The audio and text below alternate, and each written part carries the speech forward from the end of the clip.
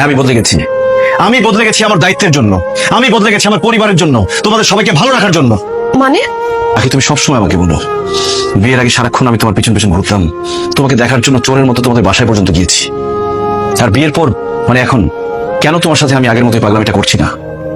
বিয়ের আগে আমি শুধু একজন প্রেমিক ছিলাম, আমার কোনো দায়িত্ব ছিল না, অফিস ছিল না, বস ছিল না, বাসা ভাড়া ছিল না, বউ ছিল না, এমনকি বাবা মায়ের চিকিৎসা খরচ পর্যন্ত চালাতে হতো না।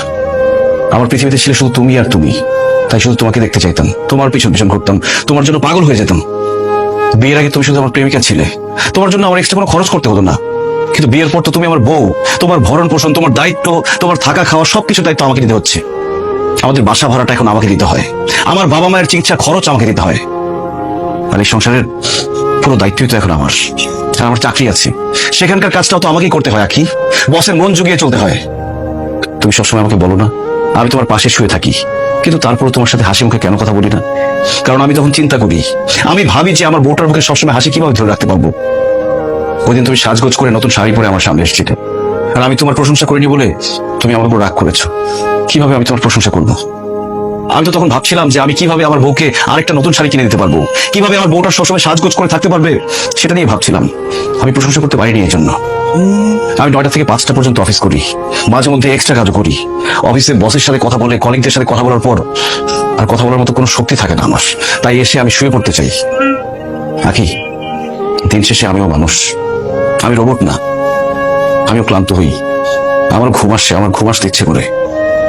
তুমি সবসময় বলো না কেন আমি কাজকে সবসময় প্রাধান্য দিই, বসকে সবসময় প্রাধান্য দিই? আমার বসকে যদি আমি প্রাধান্য না দিই, আমার চাকরিটা চলে গেলে আমি তোমাদেরকে কোথায় রাখবো, কি খাওয়াবো? আখি, প্রেমিকের সাথে কখনো স্বামীর তুলনা করো না।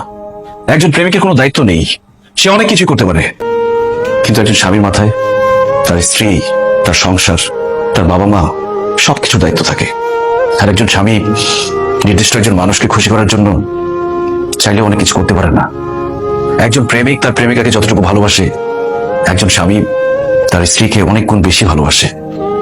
কিন্তু সেই স্বামীটা তার স্ত্রীকে তার ভালোবাসা প্রকাশ করতে পারে না, এমনকি বাবা মাকেও তার ভালোবাসা প্রকাশ করতে পারে না। সবার জন্য করে যাওয়া এই লোকটাকেই সবাই দোষ দেয়। ওই কথায় আছে না, যে করে বেশি তার দোষও বেশি। আমি দোষী হয়ে তোমাদের মাঝে থাকতে চাই, তারপরও চাই তোমরা যাতে ভালো থাকো, নিরাপদে থাকো।